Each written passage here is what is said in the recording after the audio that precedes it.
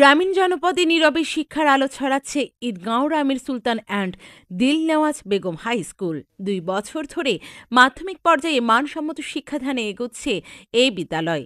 জানা যায়, আধুনিকতার ছোঁয়ায় তথ্য প্রযুক্তির বর্তমানে যুগে সুনাগরিক হিসেবে গড়ে উঠতে হলে শিক্ষার বিকল্প নেই। এই তাগিদ অনুভব করে এক স্বপ্নবাজ ব্যক্তি, আমেরিকার প্রবাসী সফটওয়্যার ইঞ্জিনিয়ার শহীদুল্লাহ ২০২২ সালে কক্সবাজারের ঈদগাঁও উপজেলার দক্ষিণ মাইজপাড়া এলাকায় এই মাধ্যমিক বিদ্যালয়টি প্রতিষ্ঠা করেন। মহাসড়কের সন্নিকটে মনোরম পরিবেশে এই বিদ্যালয়টির অবস্থান। পাড়া মহল্লার ছাত্রছাত্রীরা স্কুল আঙিনাকে মুখরিত করে তুলেছে প্রতিনিয়ত। প্রাপ্ত তথ্যে আধুনিক ও নৈতিক শিক্ষার সমন্বয়ে আলোকিত মানুষ গড়ার প্রত্যয়ে মাইজপাড়া গ্রামে এই হাইস্কুলের শুরুটা উজ্জ্বল ভবিষ্যৎ দিয়েই। পাঠদানের অনুমতি পেয়ে ২০২৩ সালে বই উৎসবের মাধ্যমে যাত্রা শুরু।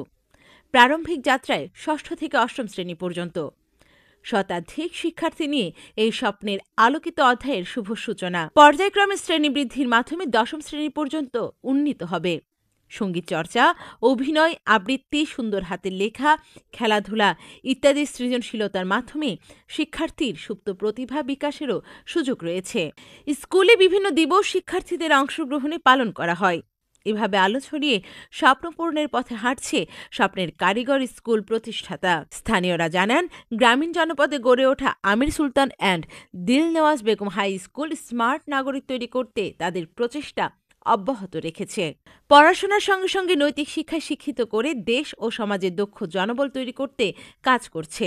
স্কুল প্রধান শিক্ষক আহমেদ সাজেদ সুলতান জানান, গ্রামীণ জনপদের শিক্ষার্থীরা যেন শিক্ষা অর্জনের সুযোগ পায় সেই আশা আর আকাঙ্ক্ষা নিয়ে এই বিদ্যালয়টি প্রতিষ্ঠা লাভ করেন সফটওয়্যার ইঞ্জিনিয়ার শহীদুল্লাহ। আহমেদ সাজেদ সুলতান, প্রধান শিক্ষক, Amir Sultan and Dilnewaz Begum high school.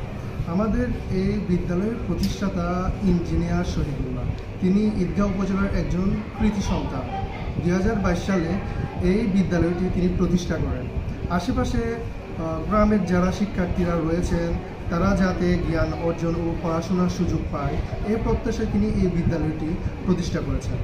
আশা রাখি ওনার এই উদ্দেশ্য যেন ইনশাআল্লাহ সফল হয়। ধন্যবাদ। এম আবহেনা সাগর, ঈদগাঁও প্রতিনিধি।